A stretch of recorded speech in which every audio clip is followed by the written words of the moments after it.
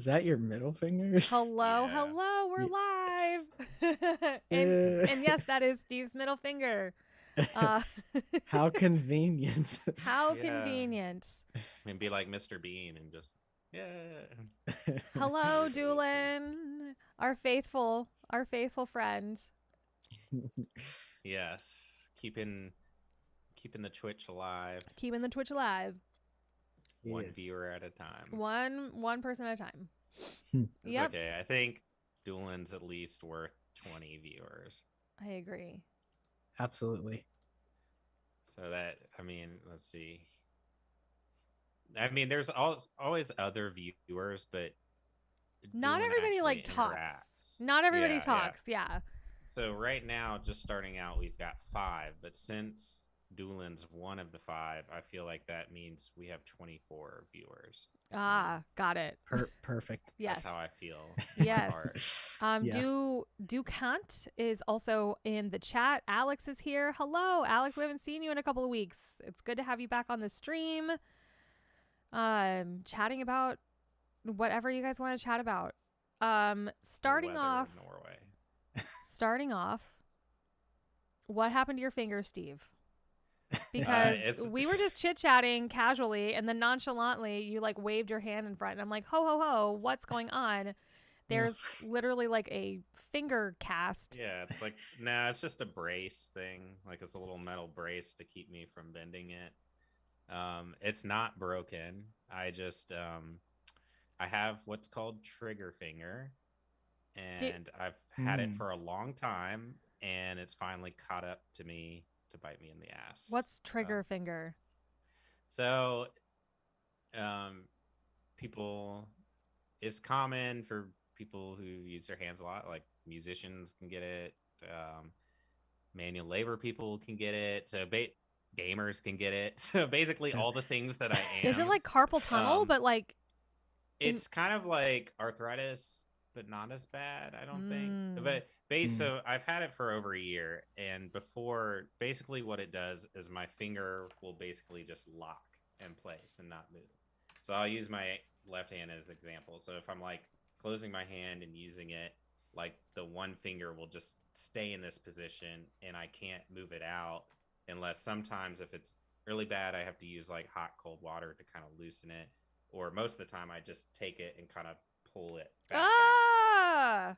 Wow. But it never hurt or anything. It would do that and be frustrating, and it's annoying, and it's weird because it seems like it happens more when the weather's cold. So anyways, I've had that for like over a year, never got it looked at or anything. And then last week, it just for some reason, I don't know if something I was doing, it the tendons or something, it like flared up and swelled, so it just started hurting really bad. Like I was having a hard time sleeping because I could just feel the pain, and it was keeping me up, but I couldn't actually bend it at all. So I could only like bend it this far, and I couldn't put my hand into a fist. So I went to the walk-in on Sunday, and she's like, yeah, that's definitely trigger finger. We did some x-rays, there's nothing wrong with your bones. And she's like, we're just going to take the steps to try to fix it without surgery. So she's like, for this week, put it in a splint, don't move it, and take these steroid pills, and it should like reduce the inflammation. And she's like, and if in a week it doesn't feel better, we'll send you somewhere else. And they actually like inject like a steroid into your joint. So they'll like take a shot basically and inject something that into sounds my serious. joints. Like, thank God we didn't have like a gig or something. Yeah. What? Well, luckily I don't hold the pick with my middle finger. Okay, so it's but not like I bet the cast would like hit up. But this you thing could, I it's can like take it slide off. guitar. Slide guitar. Yeah. I was Yeah, thinking exactly. the same thing. That's funny. So yeah, and then if the injections don't work, there's a surgery that they do on the tendons, which I don't think I'd have to go that far. Honestly, even after this week, I'm just planning on getting the injections because I feel like this is just going to be a temporary fix, and it's going to go back to doing the same thing. But my dad, I told him what was going on, and I guess my dad had a similar thing happen to his thumb when he was younger, and he said they gave him the injections, and he's never had a problem since. So Wow. I'm like, I kind of want to just tell her, just take this egg off and just be like, fuck Just it. give And it to then me. next week. Sometimes they go give me can't the do shots. stuff until they try other stuff first, though. Yeah. True. You know, So, like they have to be like, let's try this. And then if that doesn't work, then they can prescribe you something, because I'm pretty sure like any injectable or a steroid is probably like, you probably have to go through a couple phases before they'll like allow you to prescribe it to somebody. right. Yeah. I went through some similar stuff with like my face cream for my rosacea and my problems that I had with that. My doctor, like, he gave me this stuff that like just did not work. And I was like, a couple months later, I was like, I tried this, it doesn't work. And he's like, yeah, we'll try this. The thing that he tried cleared up my skin like immediately. And then later he told me, you know, they don't let us just give that to people at the first. They make us like try, because it's like a hard to get or hard to prescribe kind of a thing. So Yeah. But Yeah, you got to go through the steps. For yeah, sure. I want to say hi to Virus Effect. And yes, Alex, I do recall you were on last stream. You're on most of them. I think maybe you weren't as active in the chat. I don't know. Or maybe I'm just fucking forgetful because I'm blonde. But nevertheless, we're happy you're here. Thank you for the subs. Dukant gifted a couple subs. We love subscribers. We love the support. Thank you guys so much. Also, our Patreon link is on there. If you guys haven't signed up, we, you know, are supported by people like you, 100% funded by you guys, keeps us doing our streams and making new music. So, anybody else? But I will say that having this finger cast thing, the splint, has made me realize just how not ambidextrous I am, because it sucks trying to like, I have to hold a pen like a kid, like I have to hold it like, without your middle finger. That would Let me get a pen. Yeah, it's so and I can't write with my left hand at all. That would be very tough. No, did you ever write when you were a kid like this? Like I can kind of hold it, but it's like I gotta like put my elbow up and. Well, but even no. I've always done the two. Because if you don't have, I could write either way, like with my the thing in between my thumb, but like not without my middle finger being there. I don't think. I'm doing it like right now. Yeah, like, yeah, I just feel like, you know, when it you would give look a dumb. kid, when you give a little kid a crayon and you're like, and they go to like draw or write, they just like hold it and they're like, and that's like how I'm writing. To anybody tuning in, we're talking about Steve's trigger finger, which is 100% a real thing, I guess. No. Is that the like technical term for it? So it's that's what the doctor called it. Like, I had self-diagnosed myself like a year ago, looking it up on WebMD and stuff. But yeah, so like writing different things, work has been hard because it's hard to grip anything. Wiping. I gotta go at it lefty now, and it's like, and then I feel so stupid because I don't even know where to put my arm. Dude, like, how do I do this? That's such a real problem, dude. Wow. Like I didn't even think about that. Yeah, like, wow. Have you ever tried to wipe your ass with the other hand? That's so weird and foreign. Yeah, it's like a stranger's wiping your crazy. ass. How long do you have to wear that thing? Just this week. Like, yeah, okay. They just didn't want me bending it for a week while I took the pills to see if it would stop swelling. Dude, do you sleep with it and everything, or how do you wash your hands? I basically keep it on all the time. The only time I take it off when I'm showering, just because because again, it's not like it's not broken, so I don't need it. They just don't. They want me moving my finger as little as possible. Yeah. Doolin says just put a towel on the ground and scoot your ass along like a dog.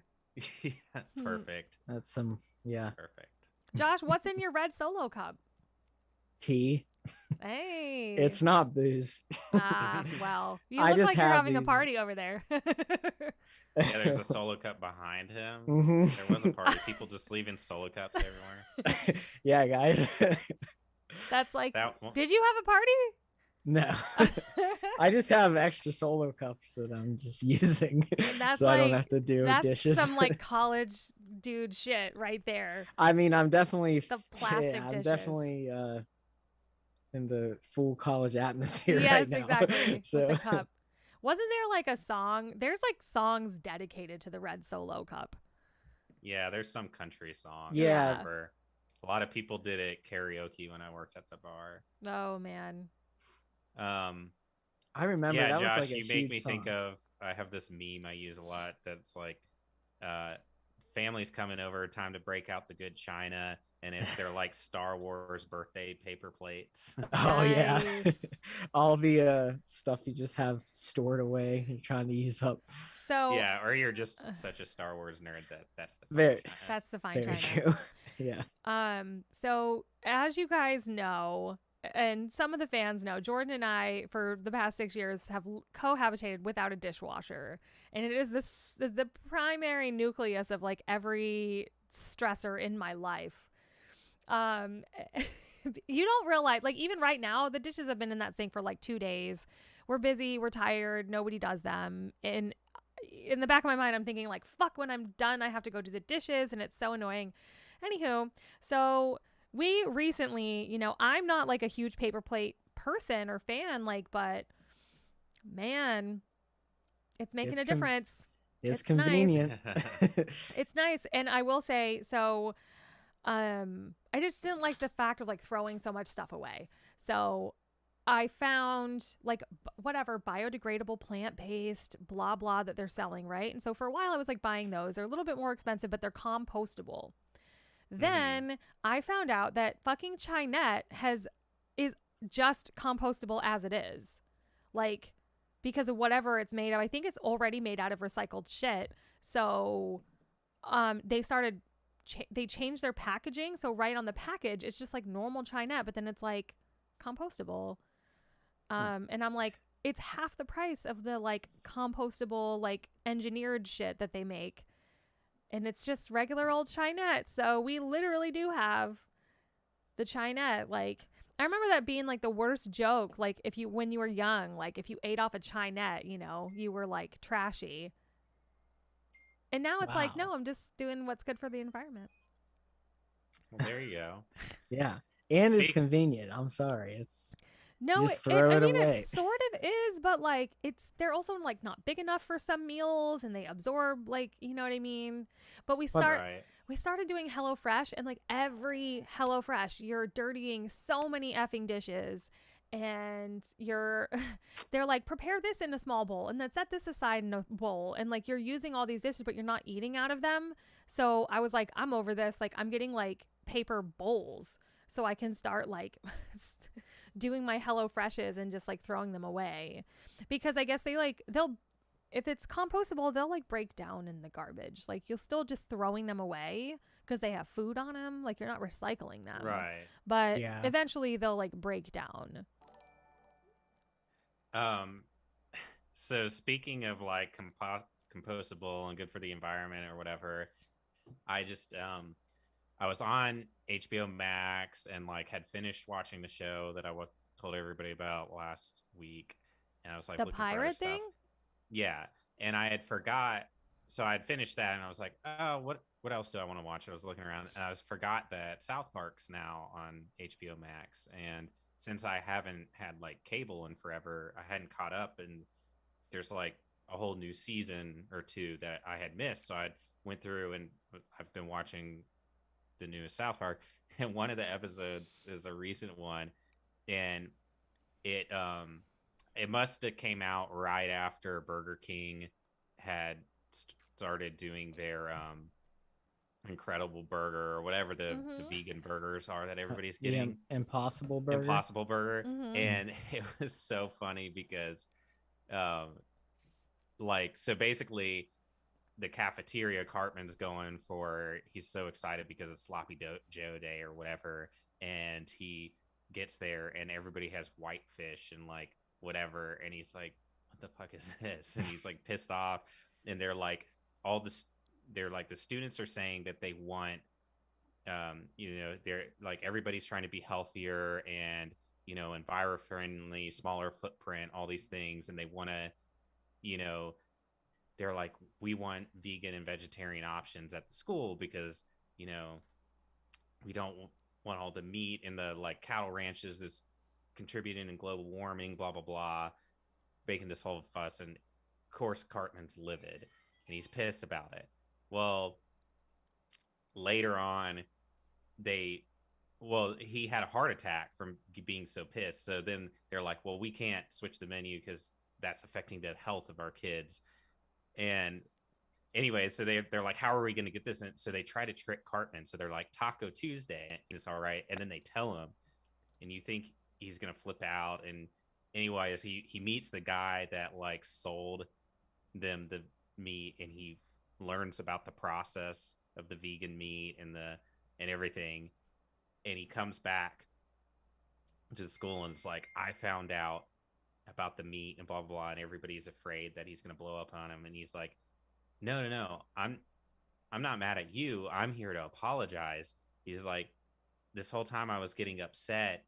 And he's like, I was mad because when you said you wanted vegan, vegetarian food, he's like, I thought you were going to like get bullshit from like the local farmers market or something. And, try to bring all these fresh, healthy vegetables on me. But he's like, I went to the plant for the Impossible Burger or whatever. And he's like, I learned about it. And this is fine. He's like, it's same shitty ingredients in a shitty box. He's like, I don't care that it's not me. I just wanted to eat my shitty food still, and you were taking that away from me. And he's like, this is fine. This is just shitty plant food in a shitty box with a bunch of hormones and like filler and all this stuff in it, and just basically making the joke that it's like, okay, it's vegetarian, they're not killing cattle, but it's still not healthy and shitty for you. Yeah. Coming out of a box. Yeah. Hey, Javi, how's it going? What's up? What I miss? Steve has trigger finger, and he can't write or wipe his ass. Dang, with my right hand, I have to do yeah. I don't know. Show him your cast thingy. That sucks, man. Right on the middle finger. Yeah. I love that Javi always looks like he's in Fight Club or something. Yes. When he comes into these. He's got his hoodie on. He's got this ambient.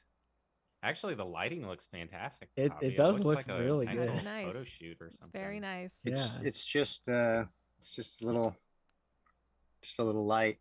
It's mainly so I can see. Yeah. But I guess it's bright enough to like. Yeah, don't move it. We don't want to see more of you. We prefer this like kind of, shadowy. No. There you go. So yeah, we went on a lot of tangents there. I asked, are we doing the catching up with everybody, or are we just diving into topics? We can just dive in. I mean, it's already 7:30. I feel like, unless somebody has anything else to share, but I feel like you having like a semi-broken finger is pretty interesting. Well, I feel like we covered that. It's not broken. It's just like a thing, like his finger gets stuck. And so like he has to try all this stuff before they can like inject him with like steroids that make it not lock up. So you were flipping some guy off at Dunkin', right. And it got stuck. And it just got stuck. Yeah. Like when your grandma always told you, like, don't cross your eyes, they'll get stuck that way or something like that. Jordan's in the chat, guys. What up, Jordan? Hey. So Patreon didn't have any topics. I asked. So if any of you in the chat have any topics, feel free. Yeah, to what do you guys ask. want to talk about? But I did have a topic because TJ asked us all. She texted our group chat earlier today, and she's like, "Come up with topics," because basically she didn't want last week where we were just kind of rambling. So I was thinking about it, and I think I came up with a good one. Okie dokie, let's hear it.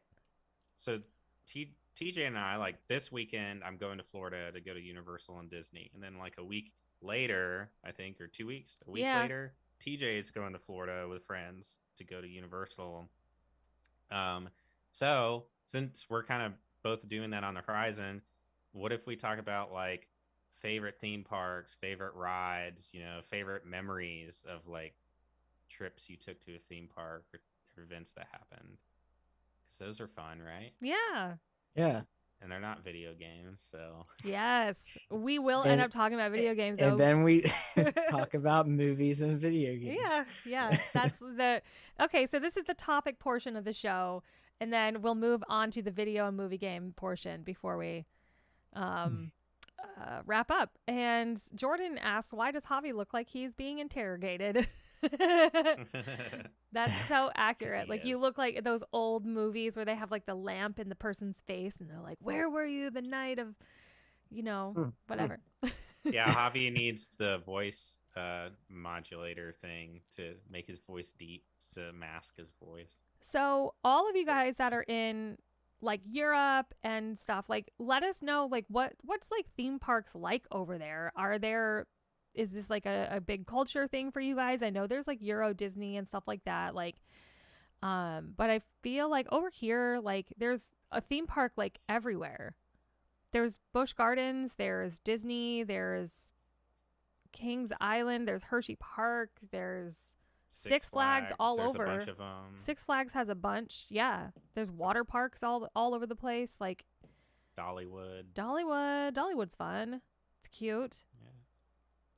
Yeah. There's a big one up north, kind of towards Josh. I always forget the name. Cedar Point. Oh, Cedar Point.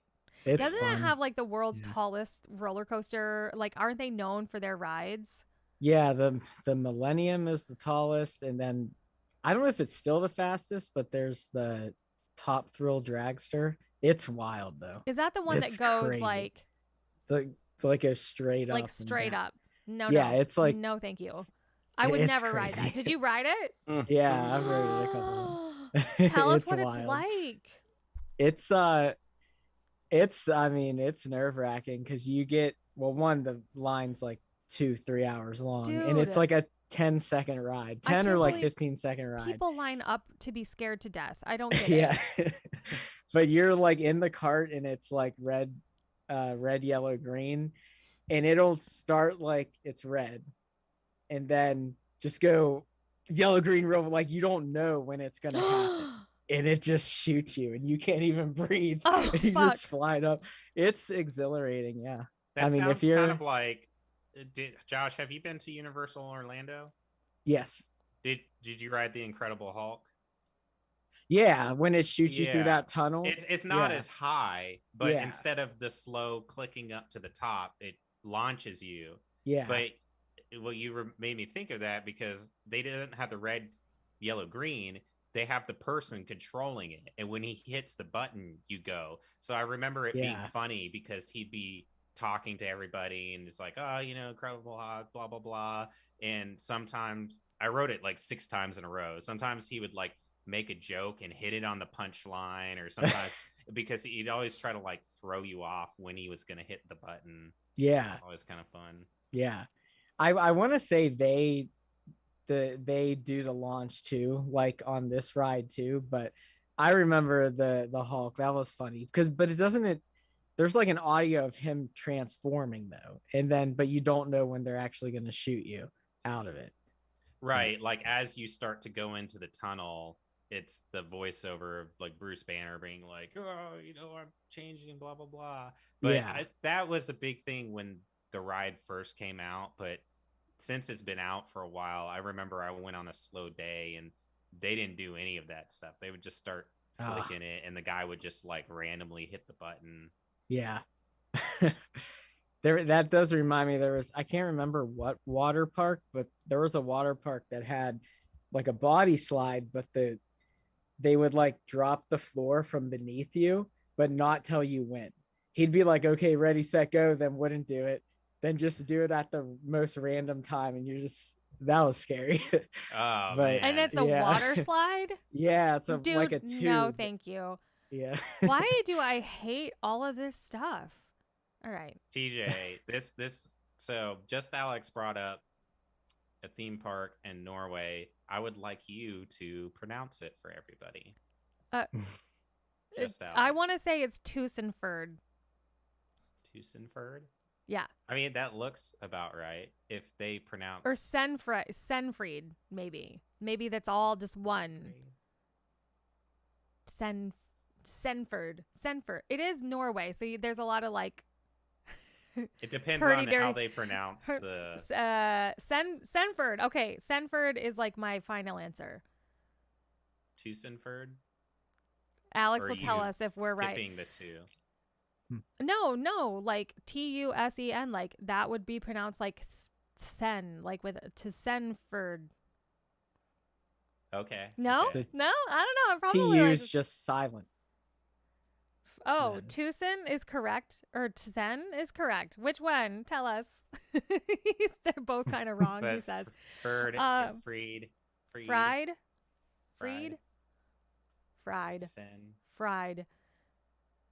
Senfried. And I like Senfried. Siegfried. I like and how Roy? you were like, there are a lot of flirty-gurt over there, and I'm like, no, are you doing the like Muppets? No, but like a French Norwegian. chef? No, like no, like in their. Just like the Flirty-gurt. pronunciation of stuff. I may be confusing it with like Sweden though. Yeah. Anyway, just Sweden. stop embarrassing me. I don't know everything. No, I feel like it's a game on our live streams because we have fans from all over, and you always Norwegian try to words. pronounce the different names. I do not like water parks. I find them to be like nasty. Like I don't want to see like a bunch of I don't want to be around a bunch of little kids first and foremost. You know, right. like Yeah. I don't want to be around the kids. I definitely don't want to be around them screaming in their bathing suits, and while I'm in a fucking swimsuit myself, feeling very vulnerable. And like then there's like, oh my god, everyone's barefoot. Like, ugh, it's so gross to me. No thank Yeah, you. the nasty. bathrooms at a water park are always like a sludge of like sand and wet. Everything is just gross. Yeah, I don't know. The only part about like a water park that's good is like the wave pool.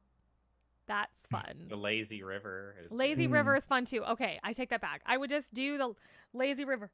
We went to the Six Flags up here and they have like a water park in it. And it's pretty nice. But like too many people, man. No, thank you. Yeah, I haven't been to one in years. I It's don't not something remember. like grown I don't mind a adults water do, park. What I don't like right? is water rides at a non-water park. That's what I don't do. Okay, because yeah, what do When you do once you get Yeah. wet? Yeah, I hate walk that. around. I hate walking around in wet clothes, and then what are you gonna chafe? And it's just gonna get nasty and just like Terrible. Terrible. Because I I'm hate going it. to Yeah. Disney soon. I looked up like what to wear because it's been a really long time. I haven't been in like over 10 years. So I was like, what do I wear? And every single mom website that was like, here's what we wear to Disney. It was all like talking about chafing. And I was like, I guess this is like concern for me now. Like when I was younger, like I would never be like, well, I can't wear denim because I can't wear denim shorts because then all my thighs will rub together all day. But it's a fucking fact. It's a thing that we all got to worry about, man. I Damn. will admit something, and maybe the patron fans can get witness to it. Oh God, is this a chafing story? No, Sunday we're doing Disney, so that the Star Wars park. So that I'm just gonna jeans and Star Wars t-shirt it, but the Universal it's hot for days, jeans down there. I don't know if I would be doing jeans. I'd always wear jeans. I don't wear anything but so. Yeah, have we ever seen Universal Day? I don't think we've ever seen you without like pants on. Yeah. You used to work out in pants on tour. Right. So A is a big Harry Potter fan, and so when we do Universal, we are dressing in the Harry Potter uniform. Nah. Like, Yeah. what's I'm that? so jealous. Like I got a white button-up shirt with the Gryffindor tie. Oh, do people do and, that like, to go there? pants, Is that like a thing? and I don't know. Yeah. It's a thing for A. Like she's excited about it. She's got her like gray skirt with her tie. You'll white see shirt. You'll see And people really dressed up there. yeah, some of them wear like the capes and everything. She really wanted the cape, but we're like, it's going to be too hot and nobody's going to want to carry it around. Yeah. They also cost like $160. Like if you buy one there. I'm like, oh yeah. my gosh. I probably will spend however much money to build my lightsaber at Disney. Oh yeah. I'll do that. Yeah. You got to give me all the tips once you go, because I have no idea what to expect. I mean, Jordan went recently, and so I think he knows, but I'm just like scared. I don't like waiting in line. Spend the extra $70 and get the fast pass. They don't like do that anymore. They do at Universal. They gave me the option to. Somebody else booked our tickets and like we just paid them for them because we were all going in a big group on the same day. So I like did not have control over stuff like that. But you can still buy it once you're there. It's like a separate thing. Like yeah, I want to spend years ago. When we were there, we each paid an extra $60 and got the little fast pass. I mean, like it sucks, but it's worth it. It's like if you just factor that into your cost, like, oh my God, it's so worth it. I'm not too worried about it though, because Universal, even if you go to both parks, they're not huge parks, so you can pretty much do everything in a day. Yeah. So Javi, what about you? Have you been to theme park? Do you like roller coasters and stuff? When I was younger. Has it been a while? Yeah, I think the last park I went to was probably Nashville Shores, and I liked the lazy river. That was nice. Before that, I think it was when I was on tour with you guys. The Jersey Shore thing? No, we played at some Six Flags. Oh my God, we did. Oh, yeah. Oh, but did we Batman ride? The Batman. We did get to go and ride roller coasters and stuff together. And Steve and I practically held hands and rode rides the whole day. Yeah, I forgot about that. That's crazy. It was like grad night and like nobody was there. We were playing 2 sets to no people. It was so weird. Did we even get paid? Like that was a show that like somebody else set up for us and we drove all the way out there to do it. Wow. Hadn't you met Jordan at that time? Was Jordan with us? We played that show with like Lakeview Drive. Oh, so Josh wasn't even in the band. Are you sure? Because I feel like Corey was drumming. Yeah. Or did Jordan set that show up? Maybe we played it with Lives at Breeze. It was with Lakeview and Ionia. I remember them being there. I remember Ionia. Yeah, right? So Josh was not in the band then. But I could have sworn I went to Six Flags with you guys. I think we have pictures of us at a theme park together. Where was that? Unless I'm thinking of that. You might be thinking of the Jersey Shore thing. The pier, yeah. Yeah. Josh was definitely in the band for the pier. Yeah. That was so fun. We only did one tour with yeah. But I remember we did that tour with them, but then like they had the connection for that show, I'm pretty sure. And then we all played to nobody, and it was just like this big hot air experience. Like the whole thing was just like stupid. Not that Six Flags was stupid or anything like that. And I do think we got paid. I hope so. But I just remember being so fucking bizarre and just being like, I hate this. Like nobody's watching us. No one cares. It was weird. Right. It was so weird. It was weird playing at a theme park. Dude, why we totally just blocked that memory like completely. And people are always like, what's your weirdest tour memory? And it's like, oh, that would do it.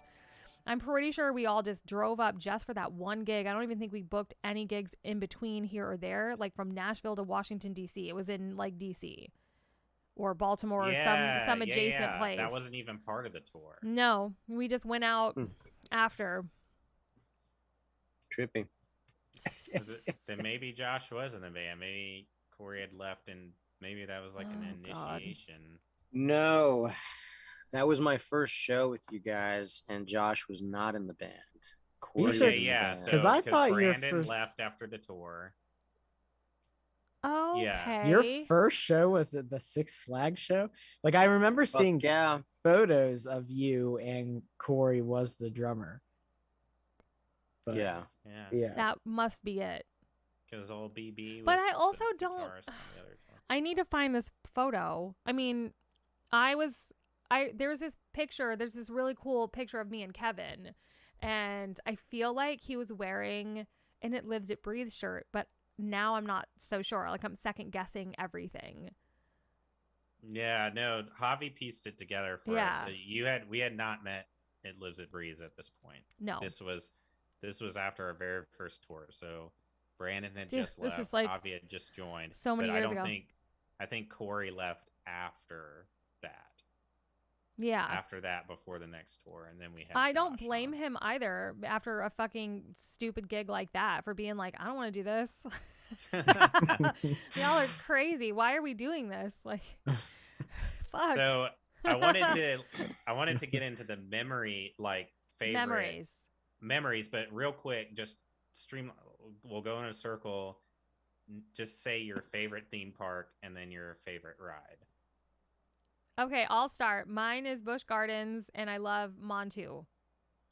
Nice. Montu is good. That's the one. I won't continue to talk. No, go ahead. Or is that for the memories? No, I'm just saying, like, okay, so Jordan took me to Six Flags up here. The roller coasters are way bigger, and I didn't know. And, like, I grew up going to Busch Gardens, like, in Tampa. I went to college literally across the street from Busch Gardens. You can get a year pass as a Florida resident for, like, I don't know, $89 or some shit like that, or $120. Like, I would go to Busch Gardens a couple times a month. I went all the time, and I rode every single roller coaster and was like, I love roller coasters. I love roller coasters. I love this. And then, like, went to Six Flags, and Jordan, like, makes fun of me to this day. He's like, you weren't ready. Like, I thought I liked roller coasters, but I just like the Busch Gardens. I guess they're like baby roller coasters. Even SheiKra, you know, SheiKra that, like, takes you and, like, tilts you so you're facing down. Yeah. And then drops you. Like, that was, like, the world's first, like, 90-degree drop ever. And I rode that shit over and over when I was in high school. Maybe I'm just old and I'm not into it anymore. But I used to do it over and over and over again. I was like, those were scary rides. I was like, I can handle this. But, dude, the Superman ride. Didn't we all do Six Flags together? I feel like. Not Josh. It's messing with me, though. Are you sure, guys? Are we sure that we all didn't go to Six Flags, like, on a day off somewhere? I really think that we did. It's possible that with we Jordan went and just hung out. With It Lives It Breathes and with Jordan. I think we did. Yeah, we didn't. It wasn't where we played. I think we did hang out one time, because the only times I've ever been to Six Flags is with the band. I thought you guys rode the Superman thing. Yeah. And didn't Jordan tell you the story about me, like, passing out on it or whatever?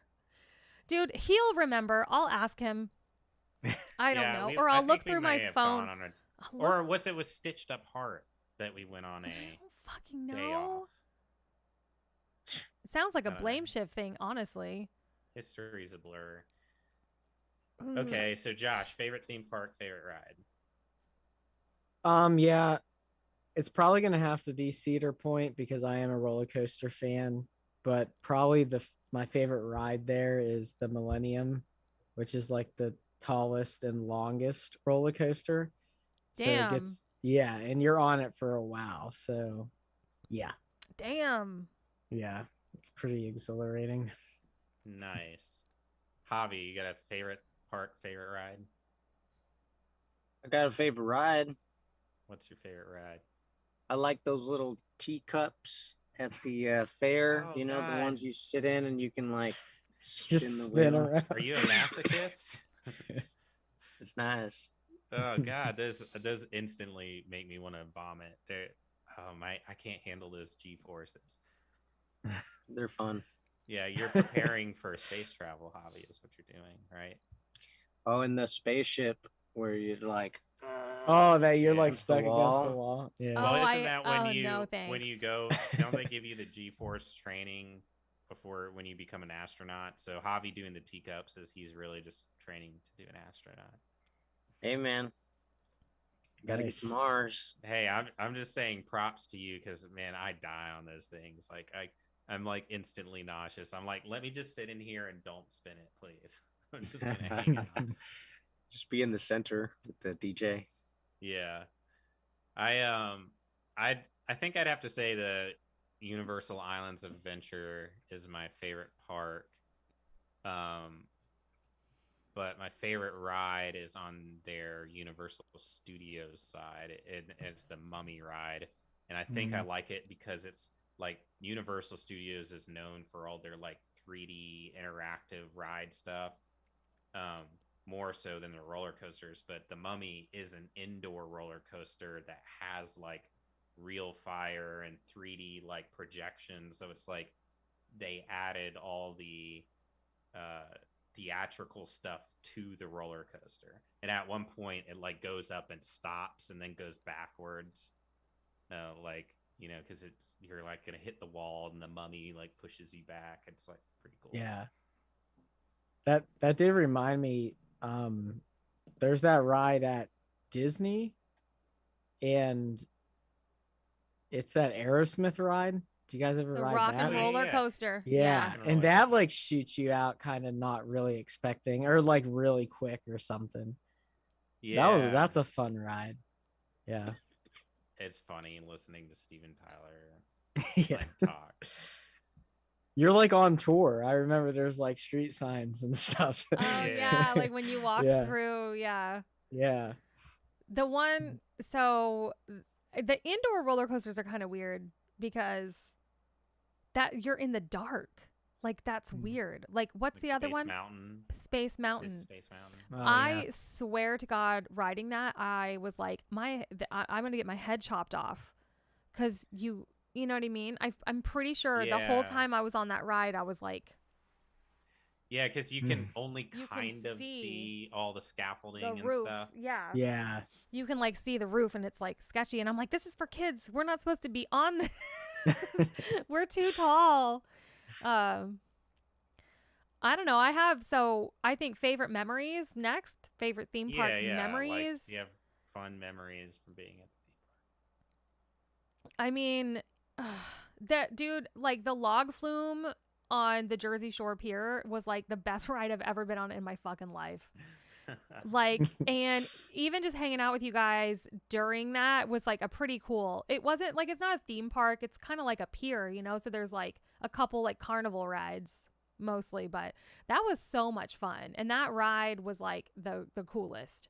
So that was a good memory. And also just being, a teenager and being able to go to Busch Gardens like as many times as I was able to, with that like yearly pass.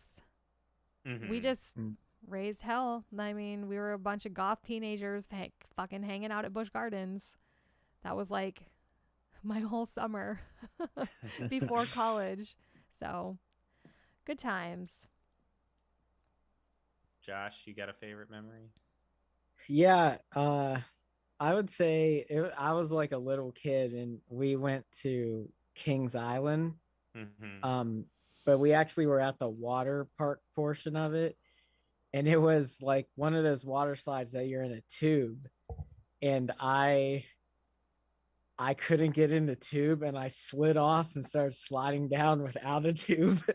But then they sent the kid behind me down too, and he rammed into me. But it was hilarious. We were like laughing our asses off the whole way down. So like I always just remember that. So you're in a water slide. Where is this other person he rammed into you? Is he like straddling you, or like? Well, no, he was in a tube. Like I'm supposed to be in a tube. So he's like an inner tube. Yeah, but I slid off mine, so I didn't have an inner tube. So I was going way slower because it was just like my body. And he came down flying on a tube.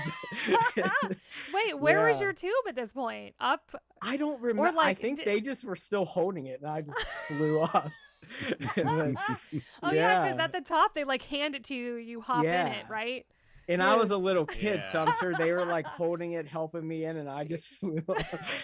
It was, I always remember that though. So it's just that's hilarious. Funny because when we went to water park as a kid, that was like the game was like because they tell you stay in your tubes, so you would always try to like halfway down we would like hop out of our tubes and just kind of like hang on and slide down because you're being all rebellious and like seeing who Yeah. could go the furthest and then jump back in before you exit. But we do that, but a lot of those tube rides they're open at the top in areas, and so the lifeguard at the bottom be like, I got a report from up top. You guys are hopping out of your tubes. You can't ride this ride anymore. Oh, Wow. jeez. You rebels. I know. That's Steven Nice. getting dangerous. Javi, you have a favorite memory? I can't remember what theme park it was, but since Josh is bringing up like tubing, um, there was some ride that was like a kind of like a whitewater rafting ride, and it was like a controlled, like kind of dangerous, but it was like in a controlled setting, so it was really cool. But I don't remember where it was, but I remember that being really cool. Nice. That's awesome.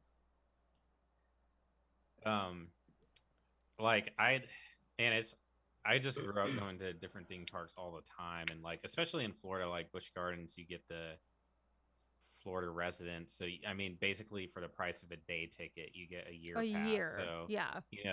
we would go all the time. A lot of my memories are just like more just like with friends.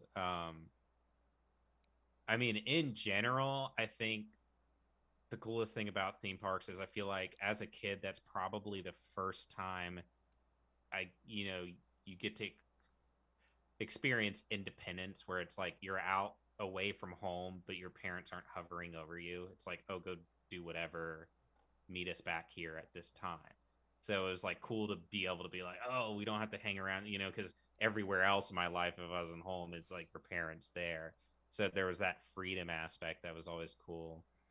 Um, One of my favorite memories is like I went to a really small middle school, and so we took a field trip to Epcot, and that's the one with all the countries, and it's more educational than anything. Well, my friend's dad was chaperoning, and it was me and a group of like four of my friends, and Coke has the Coke from around the world thing at Epcot, and you go in there, it's like a big igloo, and you can try. They get little Dixie cups, and you can try Coca-Cola from different countries. And we're trying, and I think it was like Italy or France had a soda that we thought was disgusting and tasted like medicine. And I'm sure, we were so young. I bet it was honestly just like flavored soda water or something, not even that bad, like something that I drink all the time now. But as a kid, it's disgusting. And the dad that chaperoning was like, whoever can drink 5 Dixie cups of this in a minute, I'll give you $10. So of course, like $10 was a lot. So we're like, all right, and he timed us. We're all chugging. Like I couldn't get through like 3. It was like so carbonated and just nasty. I stopped. My friend, one of my friends, finished the 5th cup just in time. Then immediately sprinted out of the building and just started puking all over the sidewalk. Oh, geez. And my friend's dad walks out and hands him a 20 and it's Oh, like, here's here you for go. winning and 10 extra for the throw up. Oh, It's just like goofy That's stuff like fun. that. But then wholesome Disney, fun. yeah, and then Disney, I have a memory where it's about a ride that Disney basically like retconned. So chat, let me know if you remember this or old enough to remember. But so Disney and the Magic Kingdom's divided into sections, and their Tomorrow World is where they have the Space Mountain. Well, I can't remember how old I was. I was older, so it didn't bother me. But they had this ride that was more of like a 4D experience, and it was called like Alien Encounter. And basically, you went in, and as you went through the line, there'd be these animatronic things, and they give you the whole setup. And basically, the idea was that they're testing out teleportation technology, and they've figured out how to teleport people. And so everybody's going to witness it. So in the ride, you get into this room, and it's a round room, and there's like theater seating, like 4 rows, and the chairs are all in a circle, and there's like a stage in the middle, like a platform, and it's got this big tube, and it looks like this sci-fi like tube. And so you all sit there, and it's this whole experience, and there's screens, and you see this guy come on, and he's like, all right, we're going to teleport so and so this droid over, and there's a droid in a case, and it like fogs up, and then it's gone, and on the screen you see the droid on the planet. Well, all of a sudden there's like an alien on the planet, and they're like, oh, we're going to send our guy back, but they send the alien back to the tube. So now the alien's in the tube in the room, and it's screaming and breaking the glass, and the lights go out, and when they come on, the glass is broken, and then the lights go on again, and it starts doing the 4D shit where you hear it like running around the room, and then you can feel it like breathing on your neck or like bumping up against your chair, and like it spritz you with stuff, making you feel like it's saliva spitting at you. And it's supposed to be this real visceral thing. And I remember leaving that, and this is Disney, and it was pretty intense. I remember it kind of freaking me out, even at my age. And every kid that's like 8 and under is just leaving that thing crying and just like in tears, just like traumatized. And I remember, I don't even know how long that ride existed, but Disney would just like noped it so fast, because the next time I went to Disney, it was gone. It was just shut down. And then I went back, and they've now changed it to a Stitch ride, a Lilo and Stitch. So now it's the same room, it's the same thing, but now it's like Stitch breaks out of the cage, and it's less of a terrifying less alien, scary. more of It's like, Stitch. oh, Stitch is just running around the room, and he's tickling your feet and having fun now. And I just thought that was so funny that I wonder how many, like, I'm probably one of few people that actually have a memory of the actual scary alien thing. Yeah. Because I thought it was super cool, but when I left, I did think it was kind of bizarre. I was like, this is Disney, and it felt like if they took like the xenomorph aliens thing and like put it in this Disney park. But yeah, it was just weird, and they straight up just kids crying all over the place. That's crazy. That's hilarious. That's hilarious. Alex had not a topic, but a question. If you guys want to circle away from theme parks. Yeah, I think we're done here. Yeah. What kind of road music do you guys listen to? Like road trip? Like, what's your road playlist? Yeah, it's kind of a topic, because we all have spent a lot of time in the car together. Yeah. Javi plays Conway Twitty. Well, is it for just on tour, or like just road trips, like personal? I would do both. Go through like what you would play on tour, and then like what you in your personal time, if you're going on a trip, what you put on. On tour, I tried to keep it as broad as possible. I like Kevin. No, Javi, real quick, Javi, let the listeners know what the rule is for music on tour. Like, so the rule is the driver gets to pick. That's what was supposed to be the rule. I'm not gonna single anybody out, but some Kevin, co-pilots. our previous bass player, he liked to listen to a lot of metal, and a lot of these shows that we would go to, the opening bands and the headliners and all the bands in between were pretty much metal.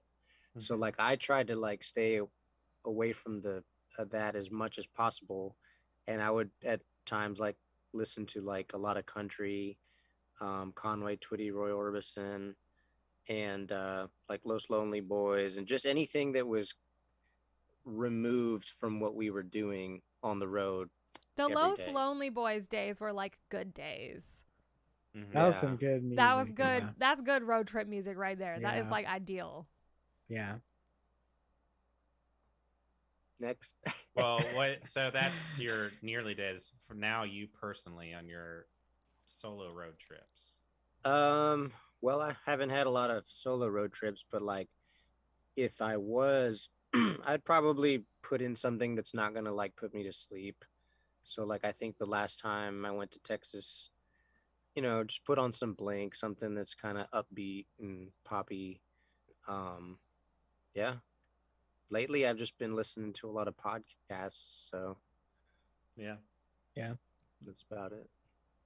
I wish we had done podcasts on the road, man. If we ever tour or do anything again, you guys, we have to listen to like Armchair Expert and like the Lead Singer Syndrome, or like Javi's always coming in with a good podcast to listen to.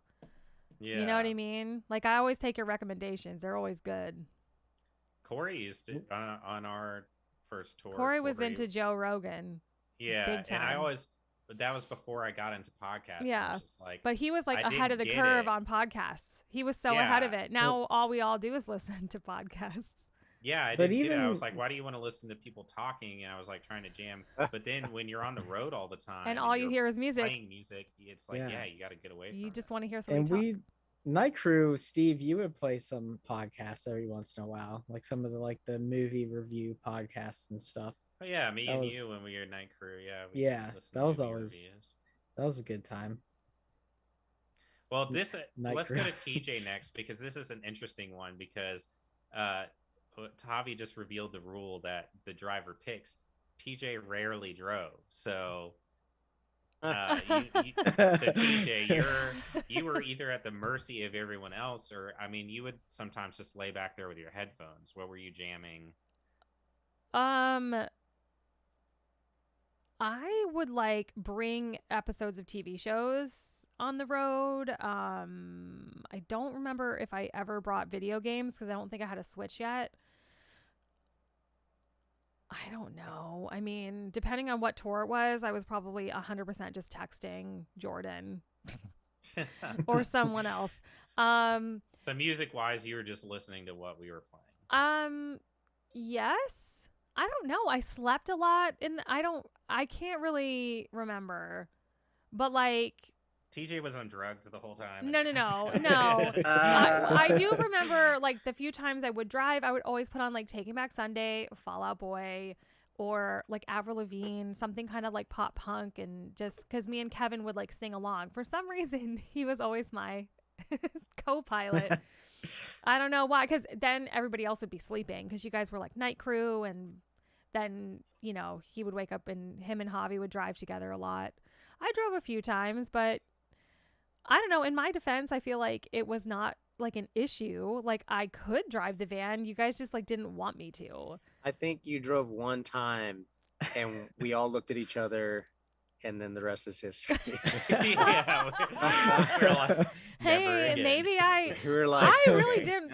And listen, whatever. I think I'm a great driver. So whatever. Yeah, but driving your own car is different than driving the your van, trailer pulling a and the van trailer. and everything.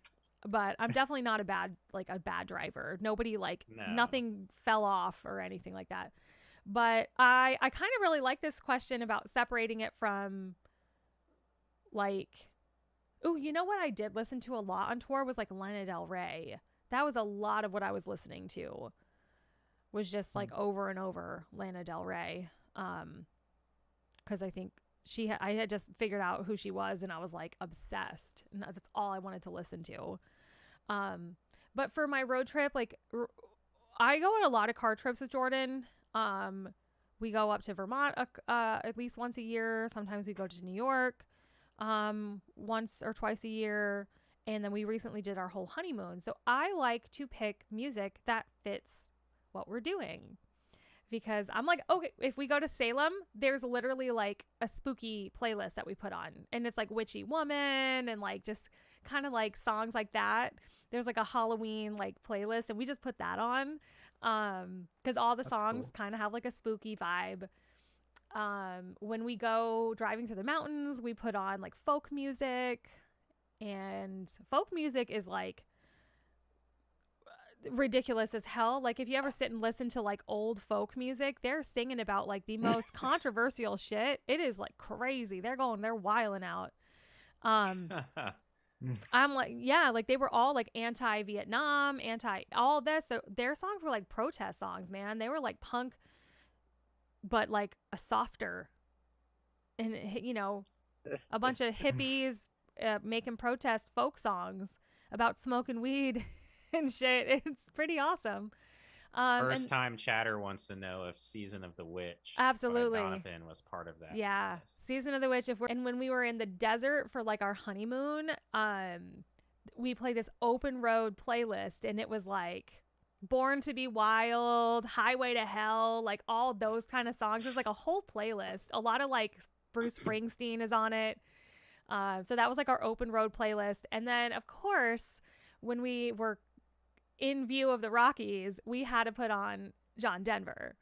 And I really like John Denver. I was like on a plane ride the other day, and I was like, I want to listen to John Denver, because I had to download it because on our honeymoon, we had like no cell service the whole time. So I downloaded a bunch of music on my Apple Music. Then when you're in a plane, you got no service. So I was like, what do I have downloaded on my phone right now? And I'm like, oh, John Denver. And so it's like, and he has like Leaving on a Jet Plane is like one of his songs. So like it was perfect. I was like, and you just sit and, you know, it's like that folky kind of music, like just good traveling music. Yeah.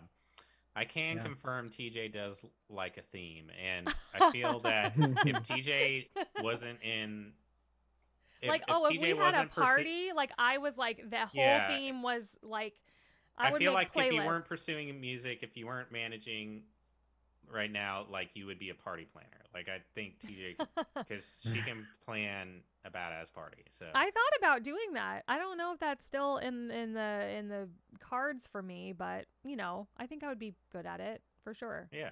Like even if I'm gonna have more than 2 people over at my house, I plan a playlist and I theme the food and everything. Right.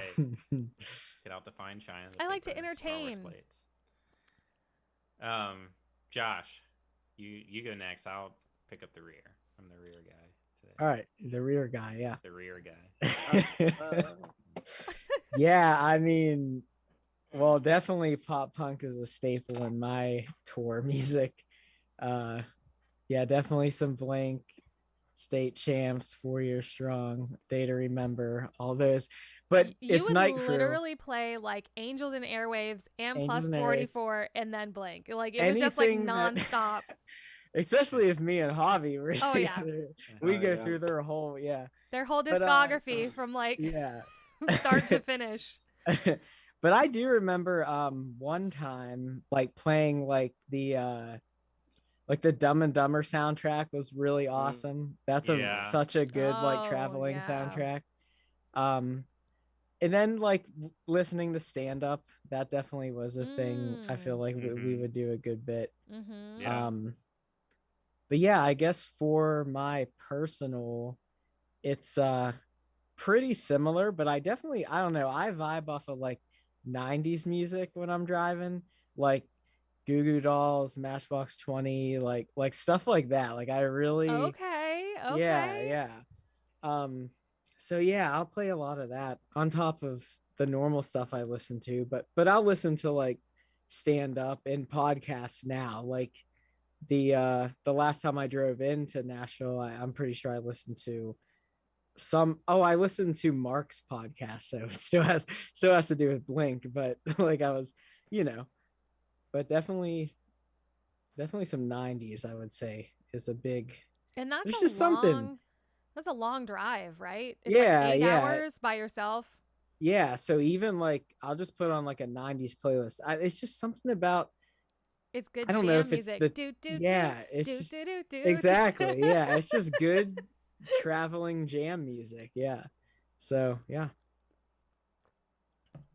All right, everybody, stop what you're doing. There is a cat. Trying to see if Newt will give us his thoughts on road playlist. Can you say something into the mic? Oh my God, he's perfect. What an angel! I do like bit. He's getting big. I hope that's as big as he gets.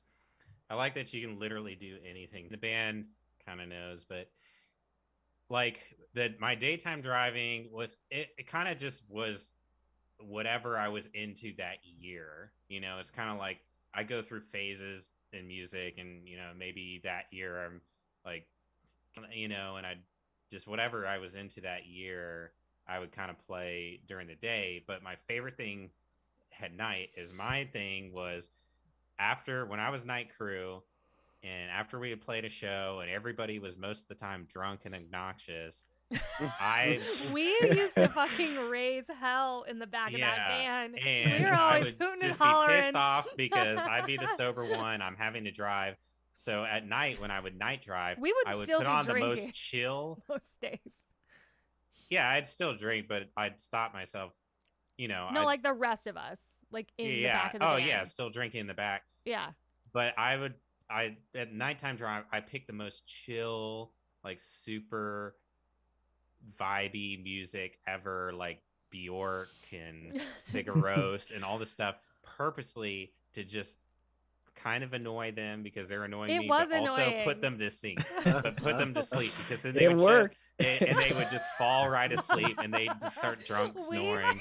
And then me and Kevin like hated it. You would put on Depeche Mode and we'd be like, play something else. Yeah, they wanted all this hype stuff, and I put on the most chill stuff so that they would shut the fuck up, so I could just or you drive would in put Vitus peace. on. Yeah, Vitus was the joke. We would always like pull up somewhere, and it's like, hey, do you want to hear that new Blink single? And then it would be Vitus. And we play Vitus. You tried we to did get Vitus's. Oh, sorry. You tried to we get. would. Oh. Go ahead. You go go. for it. No, I was just as night crew. We would definitely do the Vitus. Then we'd start recording our own. Oh my god. voice. Oh, I forgot about these. Oh yeah, that was fun. Yeah, when me and Josh, night crew that was a good time. Yeah, I miss night crew, Josh. Javi loved it. Yeah, night crew. Wait, what was Javi doing? Because you were kind of like in the middle bench seat, and then me and Kevin were in the back, right? That was usually the order of things.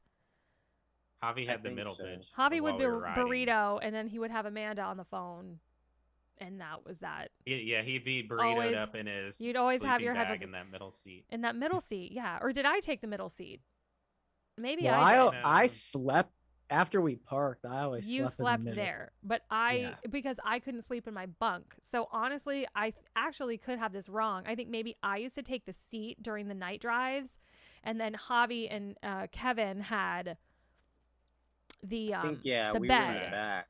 You guys were in the back, so that when we parked, I would always have to get up and crawl over you into my bunk, and then Josh would get on the seat, and then Steve would like crawl over you and then like sleep in the middle. Something. Can y'all believe that we used to do that? I always slept at the edge. I would try to. And like this is my bed, right? This is the size that 3 grown men were sleeping together, and then above it was like a bunk, and that's where I slept. And we always made Kevin sleep at the very back because he used to get wake up out and want to go smoke break and all kinds of stuff. Yeah, he'd always want to get out so he could have his own like exit. You guys were. Sorry, go ahead, Steve. No, I was just continuing on just what we were saying earlier. Yeah, just like we had the joke songs, but yeah, it was mostly put everybody to sleep stuff. I mean, I like all that music. It wasn't even me being ironic. I like it, but I specifically saved those chill vibe stuff for at night to put them to sleep so I could just drive in peace without a bunch of drunk people screaming while I'm trying to pay attention to the road at night and it's raining or snowing or whatever. Yeah. I mean, it was always hard for me to sleep in the van because of the anxiety. I was so worried that we were going to like roll, crash, jackknife or something. So every like bump, I was like, even if I tried to like doze off, I was always like never really able to sleep while we were moving. Yeah. You know? Yeah. It just depends, like, especially not at night, because I was afraid also on top of it that you guys were going to fall asleep or doze off. And then we were all just going to be like the cautionary tale There was moments where I just had to straight pull over. Like I couldn't do anymore. It's dangerous to drive sleepy. It got tough. There were definitely some tough times. Yeah. I don't think that we would ever. I don't think I would want to ever tour again without having a driver come with us, like somebody who specifically like naps during the day and drives us, if that's what we're gonna do. Yeah. Because some bands like even you can go ahead. Well, I was just for me and Steve, like we also like didn't get to sleep that much, and then going into night crew, because by the time we went to sleep, it was 4 or 5 in the morning, and then we were starting to drive already to like get to the next place. So. It's because like everybody else we ever toured with had a driver, so they would all leave, and you'd need to get to the next city. But the only other option was like paying. Well, we always slept at like gas stations and stuff, but we could have found a place and stayed, but you would have had to wake up even earlier and then drive all day and risk like being late to the show. Yeah. So when we had longer drives, like you guys would always do like a few hours at night and find a pilot. That was like the routine. It'd be like you would get like a Red Bull or a coffee or something, and then you'd pull up like the pilot app and be like, all right, where are we going? And then we'd find one. That was it. Yeah. And then you guys would drive to it, and it would be like 2 or 3 hours. I mean, crazy. Yeah. You guys remember when I got bronchitis and nobody got any sleep? Yeah, and remember when Javi got zero sympathy? Oh yeah. And we would be like, "Boy, we were assholes. Man. Sorry, Javi. I'm pretty sure we recorded that. That was one of the recordings. Damn, I remember getting bronchitis, and I think because it was raining in one show, and we were like out in the rain the entire time, and like loading and unloading, and it was cold, and I got bronchitis, and I had to sleep in the front, and I couldn't sleep because I was coughing, and it was cold outside, and so like there wasn't really an option for me, and I just remember nobody else really got any sleep either. I was like, damn. Okay. There was definitely some rough nights on tour. Yeah. Breaking behind the scenes for all viewers here that are cool enough to hang out with us.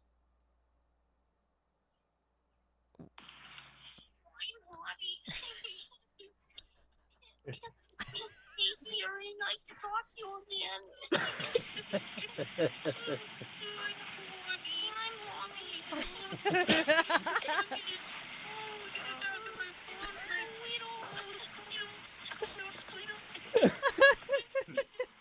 No way. No, wasn't there one with more coughing though?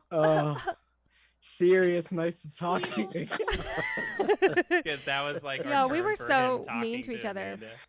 Okay, here we go. What I like is nobody did one of me, so I'm free. I'm Kevin.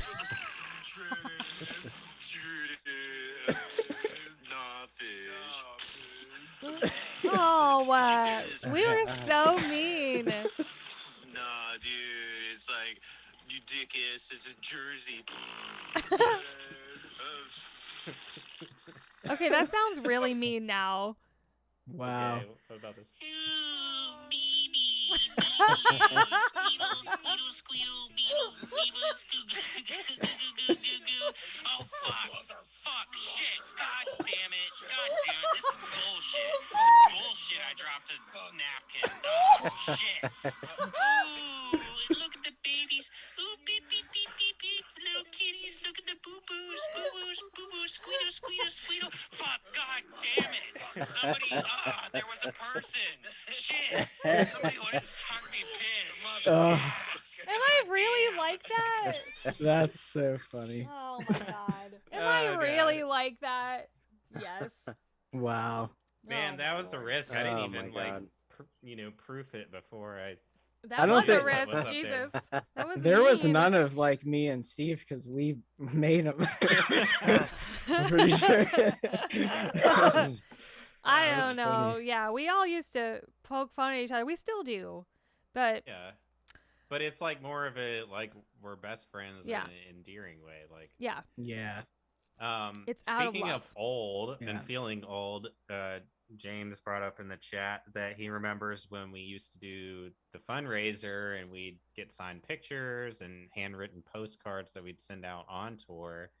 And he says he still has his hang on to and have a good memory and are still following us all these years later and hanging out with us. Like it's cool knowing that like all those little things that we did back then like meant something to somebody and like you hung on to it for all this time. That's really rad. Thank you for letting us know. Can you believe it was 7-8 years ago? And speaking of, I'm Yeah. wearing our Warped Tour shirt. I saw that. I was says- like, dude, I don't even think I still have that. It says Warped Tour 2014. Oh Also, my God. 8 years ago. Oh my God. Doesn't it have your name on the back of it too? Yeah. I think Roll I have. man. Did Rob get this for us? Yeah. They 'Cause I tried had- to yeah. take us to Warped Tour in like another state, and we were all like, we can't go. You know what I mean? We did it we did ours in Nashville. that And then he year. bought us tickets to like just go to Warped Tour in like Memphis Hang out. or something. Yeah, Rob was We cool. would have had to He hooked us up drive. with stuff. He was Yeah. always hooking us up with stuff, but it's like you can't just surprise people with like, hey, you have to like take the day off and like go over, drive 5 hours to get somewhere. Like you can't just do that. But Oh yeah. You need Mhm. it. Yeah, like a surprise thing has to be convenient, or you have to have some sort of heads up, like a feeler, like yeah, somebody to go find out if you're free and available, then surprise. yeah, I thought it was exactly. cool. Mhm. We saw what was it? The movie MTV. awards, the MTV Yeah. movie awards. That was really That cool. was awesome. That was fun. He was always doing cool shit. Yeah, and he still helps out with our releases. Yeah, We'll probably we help out with this next one coming out. Oh my God, I'm so Awesome. excited about an album. I only have like yeah. 2 more songs to finish. Pressure, and no pressure. You've already got I feel like ideas for them. I mean, I you do, told us, yeah. Mhm. They're So it's mostly not like finished. you're starting from scratch. No, but like now knowing how good the other ones turned out, it makes me be like, oh, should I start over? Right? I feel like the Yeah. pressure is on. Like Hey, real quick, Soul Queef in the house. Soul Queef. But And JT is in the house too. I don't think we ever gave him a shout out. Hey. But are you fucking serious, Javi? What? I'm Haji. No, that was the old me. This is the new me. I forgot that whole tour that we made fun of him for like being sick the whole time. That was mean. We're sorry, Javi.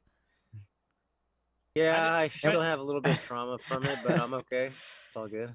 It does I don't suck because think- we've I don't all know. been sick on tour, and no, we didn't like make fun of each other, except that time. Well, and I guess it's hard to tell how things are coming across because when I do those things, it's never to like make fun or be mean. It's just kind of, I don't know, to make. We're like doing light. I'm I'm trying to like Yeah. make light of something Yeah. that sucks. Yeah, or, like, yeah. bring some levity to it, Yeah. but you never know. That's Some what that people was. don't take it that way, and Yeah, that's like why you all gotta those be years we careful with made fun of comedy. Josh. You gotta be Yeah, careful with wait a comedy. You second. can't We bring made fun up- of Josh a lot, you guys. I don't feel we bad didn't- anymore. I don't think we made fun of you. We just treated you like you weren't in the band. Teased. Yeah, See, it I see really- it as teasing. That's not making fun. We weren't ever like Your talking shit glasses are about Josh stupid. or, We like- never Yeah. said that. We were always just like, well, Uh, one day you'll be in the band. You're not really in Yeah. the band, you Yeah. know. Which Just I was sucks. like in I feel on like you that were joke. in I on the thought joke though. it That's made why for we kept good- doing it. it made for good interview. It really did. Like, I don't know. Yeah. I hope you were never hurt by it. Nah, I was in on it. All right. I mean, I believe it, and I still believe it. to this Javi's like day. laughing. What do you know? oh, nothing. Maybe that we shouldn't have group therapy on a live, but I think I never felt like offended by you guys making fun of me, and you guys made fun of me a lot. But that's the problem is that Honestly, I when feel you like put it you into got, I perspective- feel like TJ kind of got it easy. I think we made fun of me, Javi, and Josh made fun of each other the most.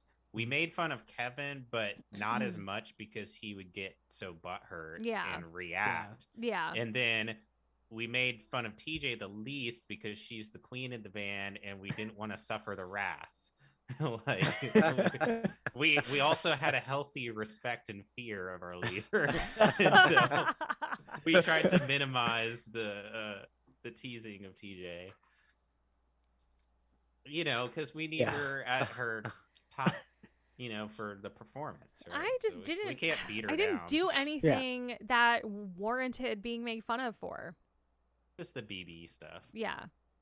That's when it really started coming. Yeah, when we started saying stuff. It was when the BB stuff started. When I started dating my husband.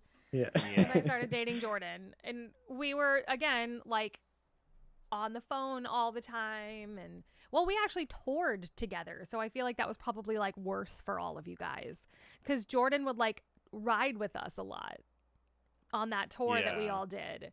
And like we would just be, you know, and then he would drive and stuff. Like he was amazing. He was great. And then we would have TJ go on their van, and then we'd have the best night of our life. I know whatever happened on those nights because I rode with them sometimes and like slept in their van sometimes. Yeah. So like what? Nothing different. We had a party. We had a disco ball under there were solo cups in the van that we busted out on such an occasion. Yeah. So such good times. I just remember that like we had like the Tupperware thing that because Steve like tricked out our van, right? Like you bought that Tupperware thing. You like duct taped all this shit to the inside of the van. We put lights up. Like it was so cool in there. Javi had this whole CD cover art wall. Oh yeah. Remember that? And it looked so cool in there. And like in that little like drawer unit was always like a bottle of booze.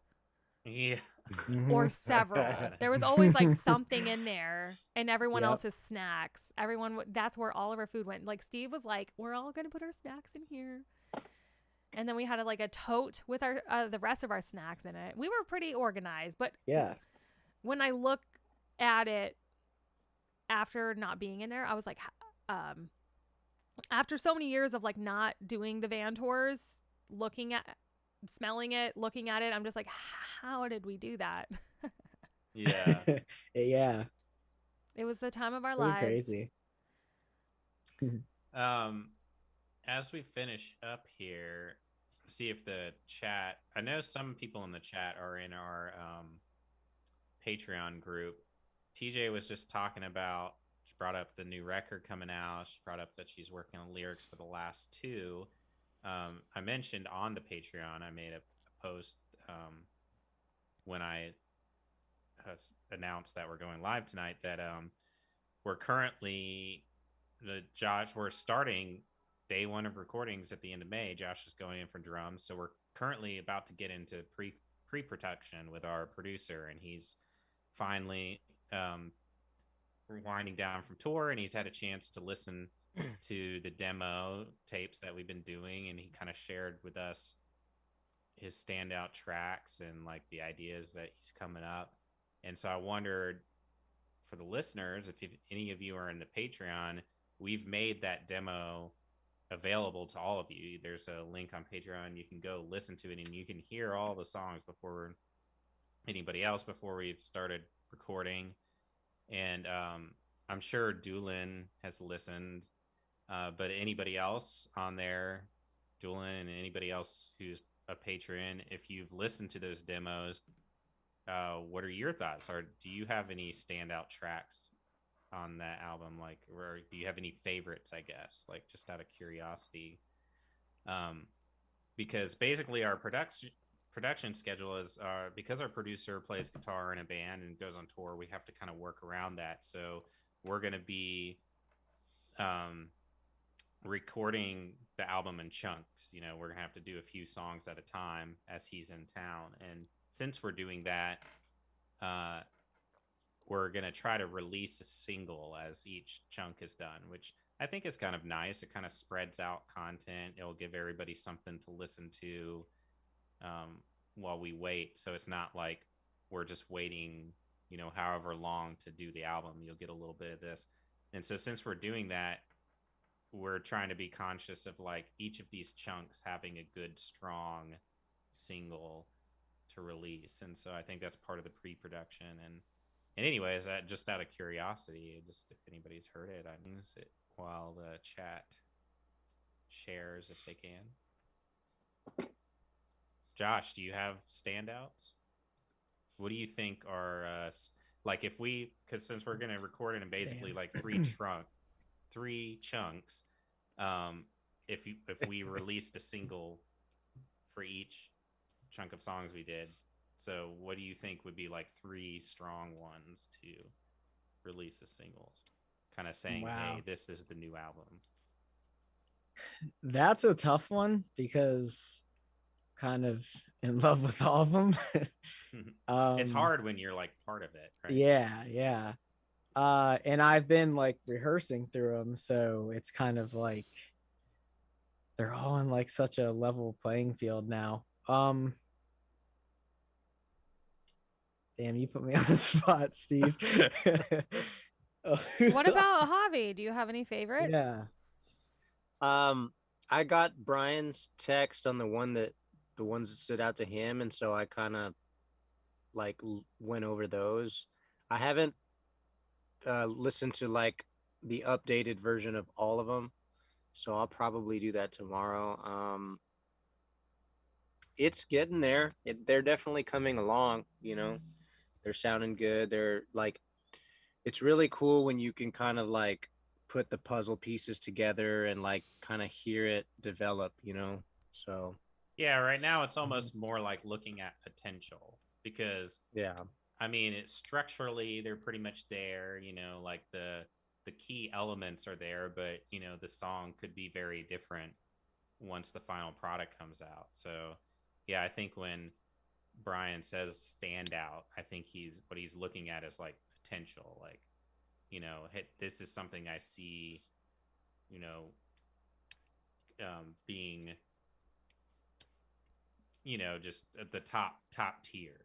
Because I mean, of course we would love to think that we can write an album that all 10 tracks are top tier, and they are to us, but you know, there's obviously going to be some that are stronger than others, you know. But then also that all that kind of stuff is all relative anyways. Like people, you know, different taste. I a lot of bands that put out records, the singles that are on the radio aren't necessarily my favorite songs. So, but then you listen to other bands and you're like, okay, I can see why this one was on the radio. This was definitely the best song on the album. Like the catchiest or whatever. Yeah. I mean, I like all of them. I don't, because to me, they're all catchy. But I definitely think Wild is like, people are not ready. It's going to be so good once it's finished and out in the world. Like, I love the message. I think the guitar is like excellent. I think that's like chef's kiss, you know? That's a great song. The other one that I really enjoyed, I like, oh my God, I like I'm Coming Home, and I like the one I just sent you guys, the maybe I don't want this anymore song. I listen to the demos like because I need to write lyrics for some of them still. I've been listening to them like nonstop in the car. Every time I'm in the car, every time I drive, I sit at home and I listen to them. I listen to them over and over and over again to try to like get new melody ideas, especially for the ones that I haven't finished yet. So like, it's weird to me that you guys are like, I listened to it like a while ago. And I'm like, I listen to them like literally every day over and over and over again. And I'm like, also, no, I listen a lot. I just listened yesterday. I'm sure you do. I don't know. Well, I've been rehearsing, so I've been listening. So you've been listening to them too. Yeah. So it's just Javi then. Yeah, he hates him. Wow, I don't really like him. He's like, they're getting there. We're all like stoked. We're all like, this is the best song I've ever written, and he's like, it's getting there. Definitely rehearsing. It like they've grown on me even more. You. Yeah. I think maybe. Well, that's why we bring in producers. That's why we're bringing outside opinions, like our fans and stuff, because it's like we in our own head, we're like, yo, this song is lit. I love it. I love my lyrics. Like fuck yeah. And then like somebody else could hear it and be like, it ain't really it. Like, it could be better. So we're open to that. Like, we're not just gonna like plow through our ideas, but this is the reason why it has taken me so long to finish these, is because hopefully I feel like it was worth the wait, because a lot of these had other versions that I didn't like as much as what I finally presented to you guys. And even on the ones now, I have like ideas, and I could quick put together like some lyrics in the melody I like, but I'm like waiting until it's like totally finished to even show you guys, because I just rather for sure. Rather it take more time to be like absolutely exactly how I want to say it. But like, even then, I can still admit that maybe there's like a wording here or there that I wouldn't mind to change. Well, yeah, and a lot of that again is once we get in the studio, a lot of those it again, it's like we've carved out the thing, and then we're gonna get in the studio and just smooth out all that stuff and like fine tune it. But it was interesting to me with well, real quick, JT Rocker says Relentless is his favorite. Just curious, have you heard the newest updates that we put in there? But that's cool. I'm glad you like that track. Doolin likes the Diamond acoustic we just posted. He likes all the songs, says they're great. Soulqueef likes them as well. He doesn't recall the name, so that's good. Positive feedback. But one thing I found interesting with Brian's thoughts is I thought it was kind of cool that he picked out Josh Kroll that doesn't have any lyrics. No pressure. I found it well, no. I didn't see it that way. I found it interesting that he must have just heard potential for melody in the song structure, because I felt that the songs that he picked, to me, he picked based off of lyrical melodies. Like, I feel like those songs that he picked, your melodies are very strong. You have these really good, like, just the movement in your vocals and the range, I think, stand out the most in those tracks of all the demos. Like, is when I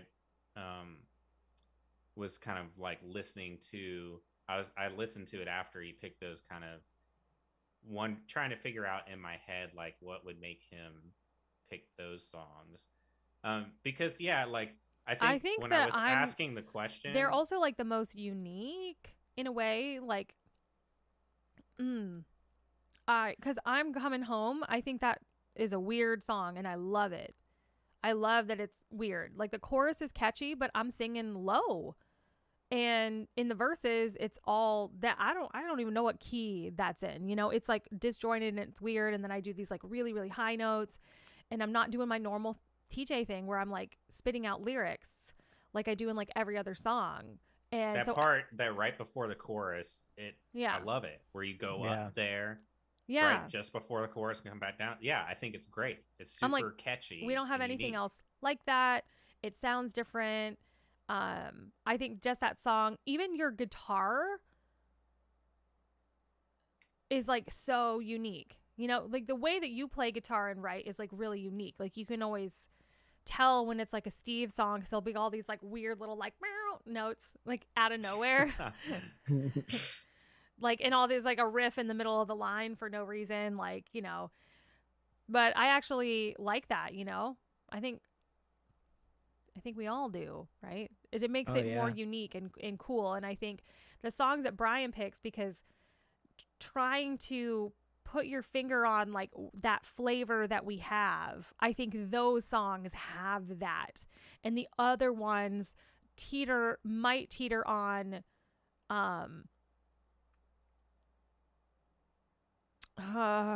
not as unique. Outside the T&D box, maybe.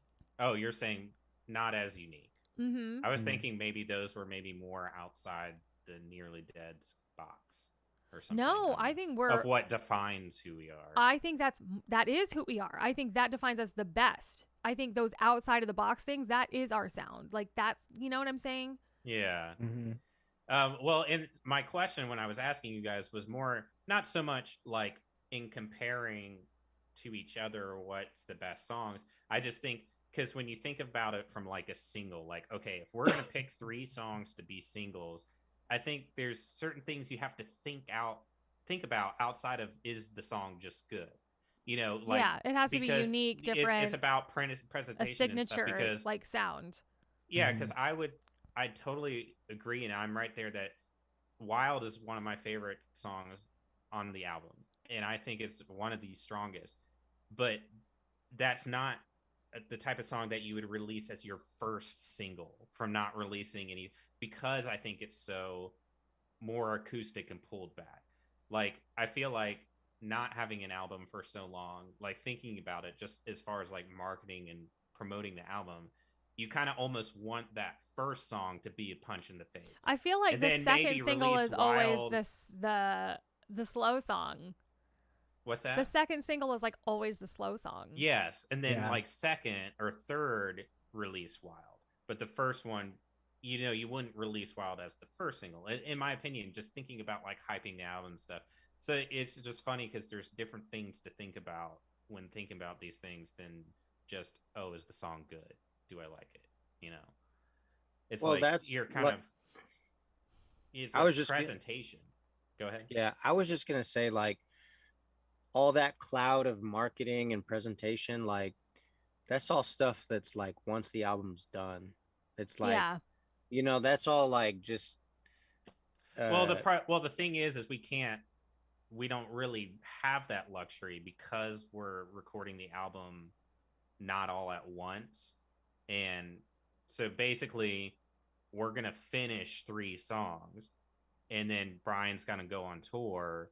When he gets back, we're going to finish 3 more songs. So in the meantime, we're going to release a single after each group of songs we finish to until the full album is released. So basically, instead of us starting recording in March and people not getting anything for half a year or whatever, they're going to get, you know, a single every 2 or 3 months until the album comes out. well, you know what I do? This is just a what I personally do. Y'all can throw it out or use it. I release all my shitty songs first. So The it's shitty like, songs first. well, like the ones that I don't feel confident in. So like if I'm like I like that song, but I don't feel confident. So I'll throw that one out. You're putting your safe bets out and not like the profound ones. Well, the ones that I feel more confident in, that'll be later. And so I'm gradually, as the releases go, I'm gradually like getting more confident. And it's like, well, if you like this, you know, maybe you might like the next one. And so that like I put out the ones that I'm less confident in first. See, that's a very interesting way to do it, because that's very opposite of put your best foot forward. Because, you know, it's like, to me, I would think you would want to wow them with your I your think most, putting out your Wild most first confident would thing. wow a lot of people.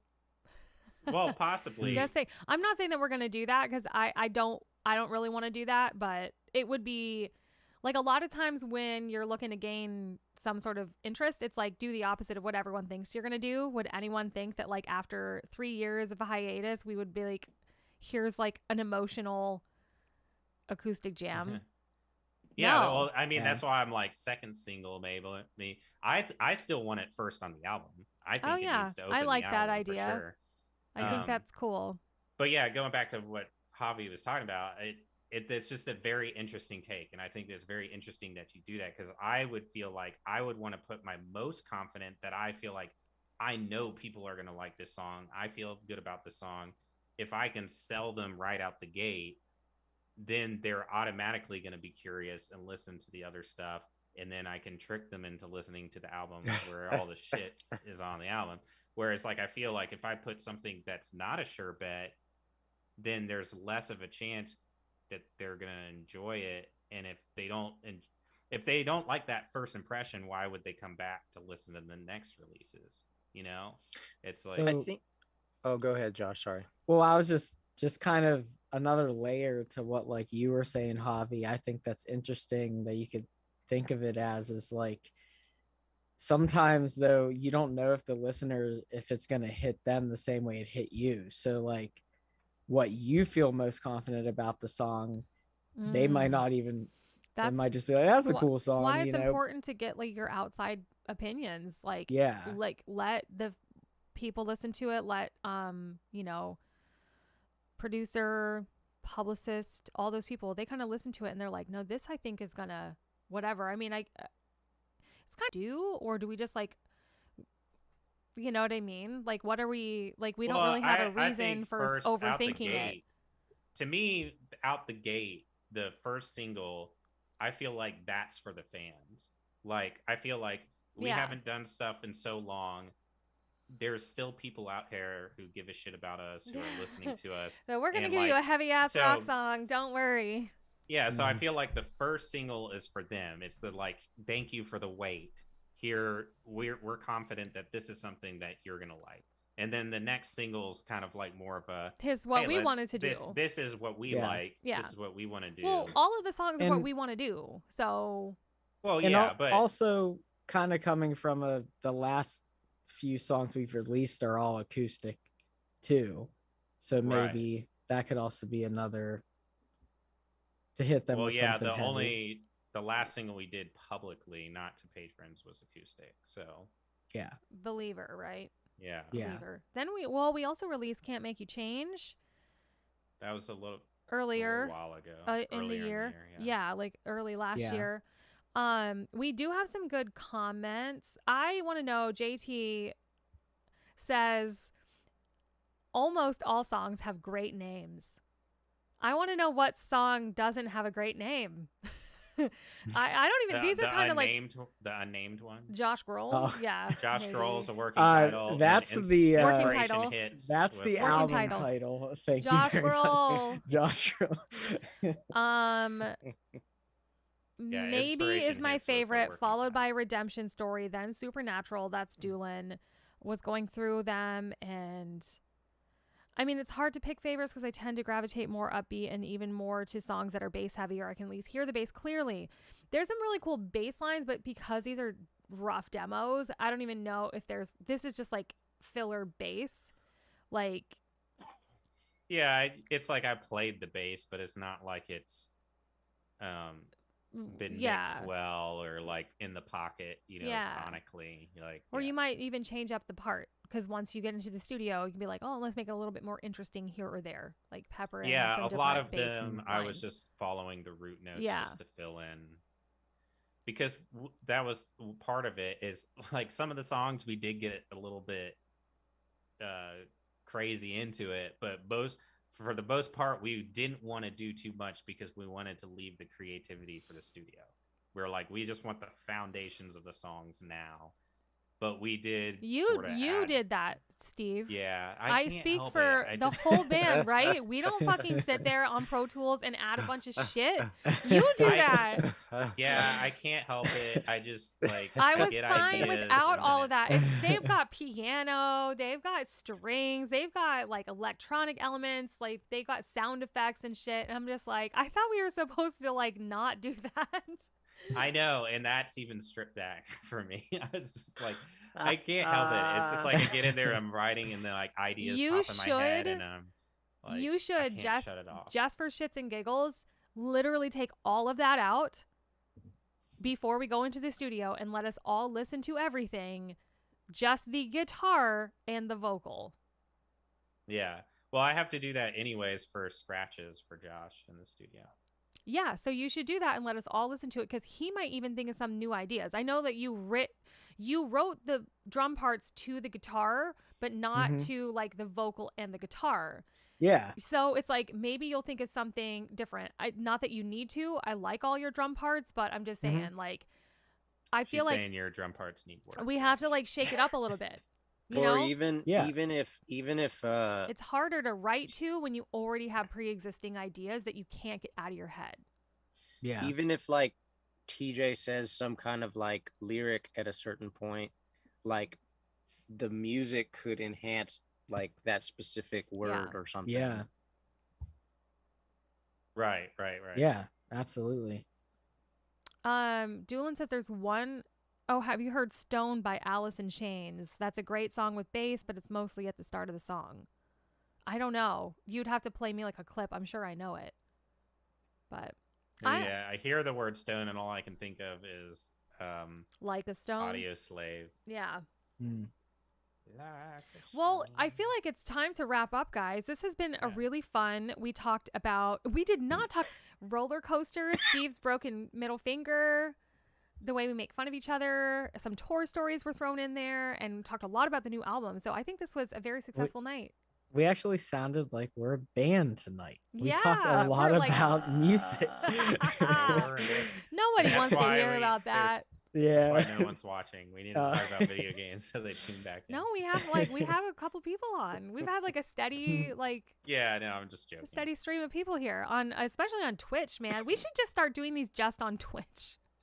I don't really think a lot of people watch us on Facebook and YouTube, but we love you guys. Well, we have to, so Soul Queef can hang with us. True. On YouTube. You pointed out the minimal cat section, and yeah, we need to wrap it up so I can go play Kirby. Damn. I have restarted a new island on AC, so you got to get on those Kirby vibes. Josh. I know. I know. Going on. It's so good.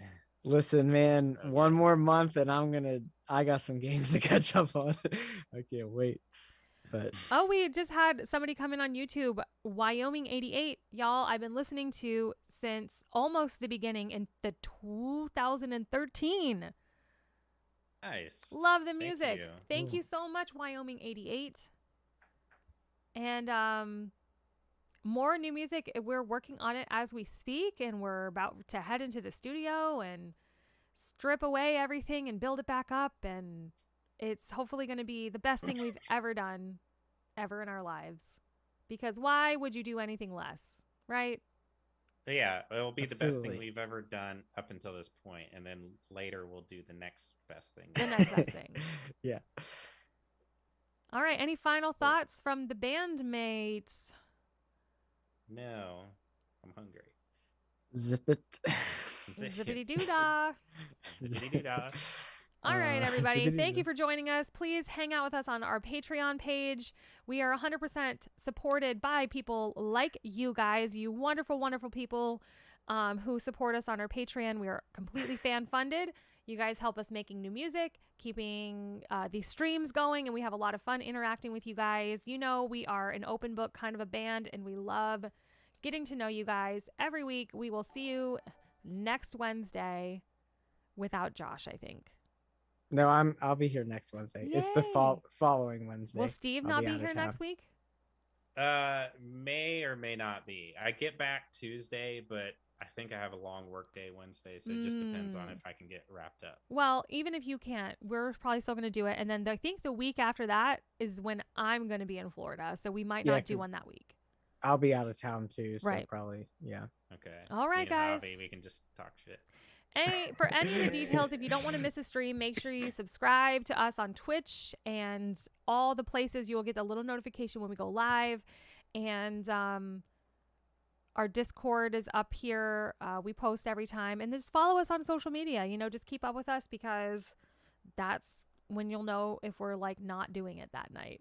But usually Wednesdays at 7 Eastern. And I hope you guys have a wonderful night. Thank you so much for all your support. And we'll see you next week. Bye. Bye. Bye.